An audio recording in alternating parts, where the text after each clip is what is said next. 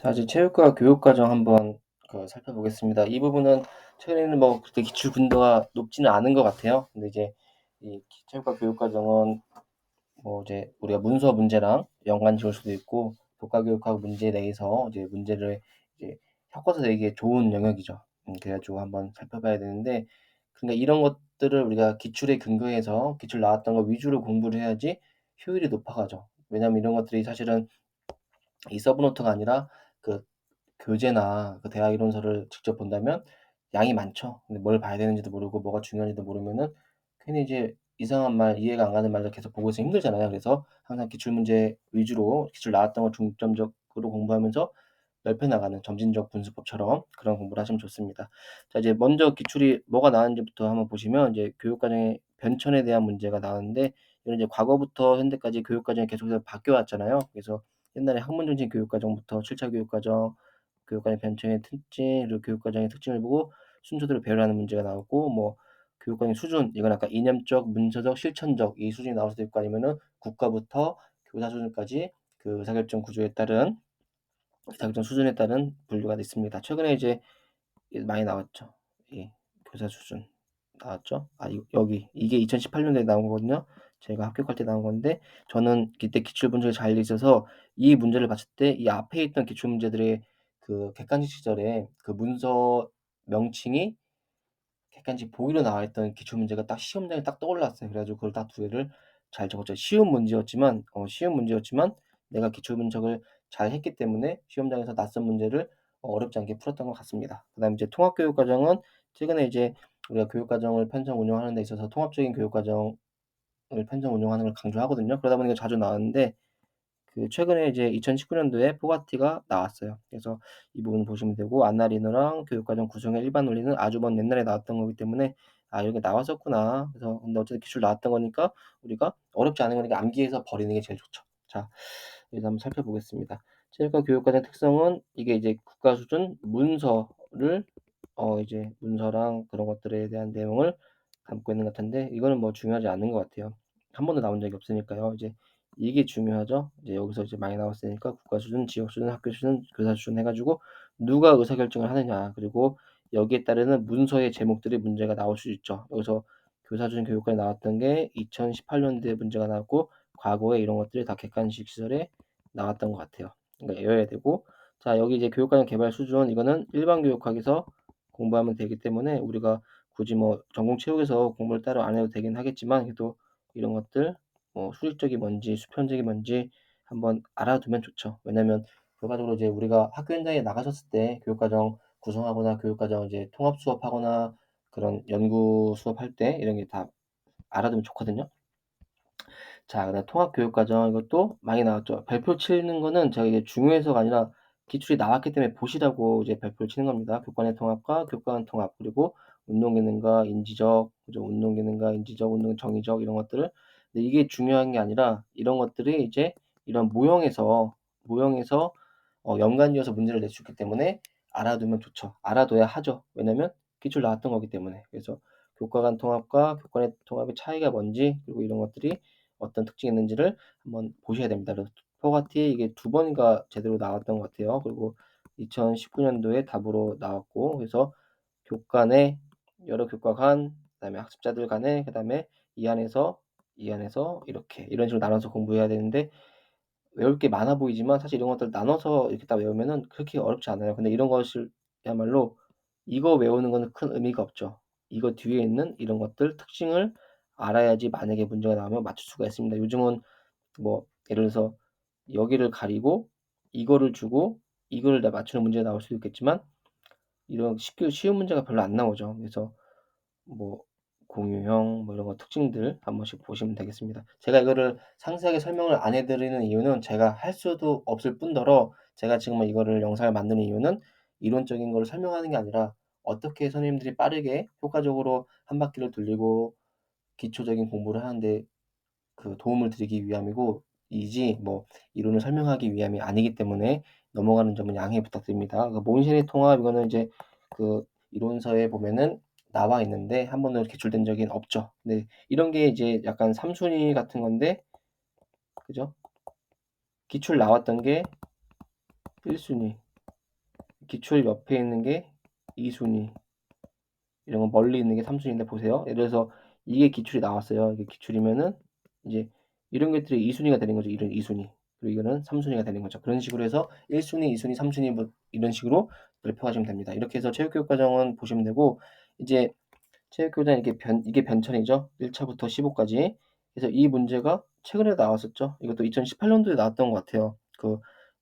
이게 빵꾸 뚫어 놓고 이 순서대로 배열하는 문제가 나오고, 과거에는 이제 잘못된 거 찾아 바꾸기 이런 게 나왔었죠.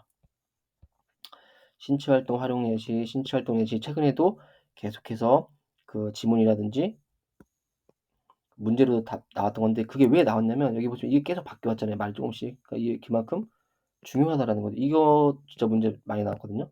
예, 보셔야 됩니다.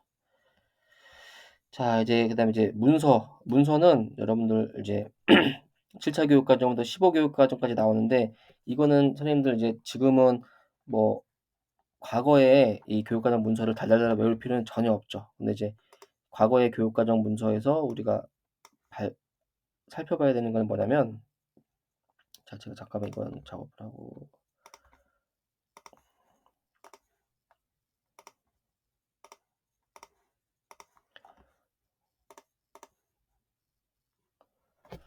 자, 이걸 보시면 이제 교육과정 문서를 공부하는 방법 알려드릴게요. 이제 과거에 이제 문제가 엄청나게 많이 나왔거든요.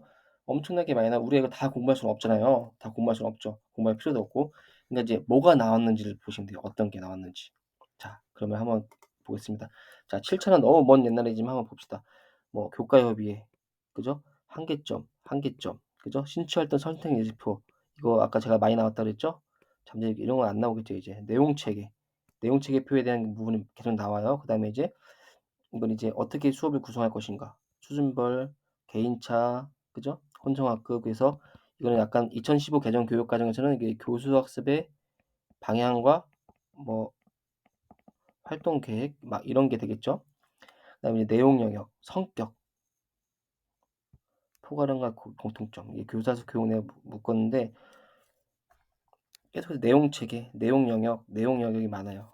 교육 내용, 영역형 경쟁 활동 전통놀이, 교사수의 방향, 신체 활동 선택 예시표 아까 또 나왔죠? 교사수 활동 계획 2009에서 나왔어요. 2007에서 나왔죠. 이게 이제 2015년도 문제로 2022년도에 기출이 됐습니다. 그래서 이걸 외워야 되는 거예요. 자, 평등 학습기 제공, 이게 비슷한 것 같아요.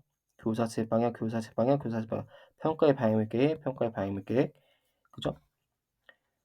그 다음에 이제 제가 말씀드리고 싶었던 고등학교 선택 과목, 선택 중심 교육과정, 심화 선택 과목, 목표, 고등학교 과목 등, 고등학교 과목 편성. 이게 제가 왜 말씀드리냐면, 저는 2016년도부터 2017년도까지 임용 공부를 했는데, 이때까지 문서를 외우면서 고등학교 과목을 전혀 공부를 안 했어요. 왜냐면 고등학교가 왜 나오냐 이 생각했는데, 진짜 착각 잘못된 것 같아요. 왜냐면 중등학교는 중학교, 고등학교를 의미하고, 과거에 이렇게 고등학교 과목이 많이 나왔는데, 저도 이제 기초 분석이 제대로 안 되었기 때문에 고등학교 과목 전혀 공부를 안 했었죠. 그래서 2018년도에 고등학교 과목 명칭 묻는 문제가 나왔는데 틀렸죠. 네, 틀렸습니다. 아, 죄송합니다. 2017년도에 처음 2015 개정 교육과정이 문서가 문제 나오면서 특성화고등학교랑 과목명 묻는 문제가 난 제가 제일 잘 몰랐어요. 그래서 아쉽게 틀렸죠. 그래서 여기 보시면 성격, 목표, 이제 총론, 자율 체험 활동, 그죠? 학교 스포츠 클럽, 그다음에 변화할 때마다 변화에 대한 내용이 많이 나와요. 그래서 내용 체계 다시 한번 보겠습니다. 아까 신체 활동 선택 예시, 내용 체계, 이제 교사수의 방향, 뭐 교습 활동 계획, 그다음에 교육 내용 영역, 성격, 뭐뭐랑 공통점, 뭐 한계점, 신체 활동 선택 예시표, 교사수의 방향, 평가의 방향 및 계획, 고등학교, 그죠? 그다음에 총론, 그다음에 성격, 그다음에 이제 변화되는 거. 그래서 이거를 보시고 이걸 다 지운 다음에 2015 교육과정을 보시면 앞서 나왔던 게 똑같이 나오는 걸 볼 수 있어요. 자, 보시면 변화, 그죠? 내용 체계, 평가, 내용 체계, 영역형 경제, 교수 하수, 교수 내용, 고등학교 과목, 네트형 경제, 내용 체계죠. 총론, 교사수의 방향, 교사수의 방향, 교사수 운영 계획. 이게 과거의 교수학습 활동 계획이랑 같을 거예요. 그죠? 그래서 우리가 문서도 엄청 많잖아요. 그래서 다 외우긴 외워야 되는데 중요한 건 있다. 뭐 내용 체계, 그다음에 교사실 방향, 교사실 활동 계획, 평가의 계획 및 방향인데 자 이거 재밌는 거는 아까 앞에 보시면 그 평가에 대한 내용이 되게 많이 나왔잖아요. 근데 2015 교육과정에서는 평가 문제가 많이 안 나왔다. 그죠? 그리고 역량 나오고 고등학교 과목, 고등학교 문서, 고등학교 과목, 창의적 체험 활동 너무 쉬운 게 또 나왔었죠. 신체 활동 예시. 자, 그래서 교육과정 문서는 과거 기출문제를 보면서 '아 이런 게 출제가 됐었구나.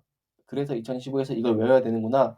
그 정도를 위한 걸로 기출 분석을 하시면 됩니다. 무슨 말인지 이해되시죠? 과거 기출문제를 딸딸딸 분석하는 거는 교육과정 문서에서는 크게 의미는 없는 것 같은데 과거 기출문제를 보시면서 '아 교육과정 문서에서는 이런 게 문제에 나왔구나.'라고 파악을 하셔야지 내가 2015를 외울 때 '아 이 부분은 과거의 기출이니까 힘들어도 외워야지.' 역량 같은 것들은 과거에 없던 거니까 외워야지.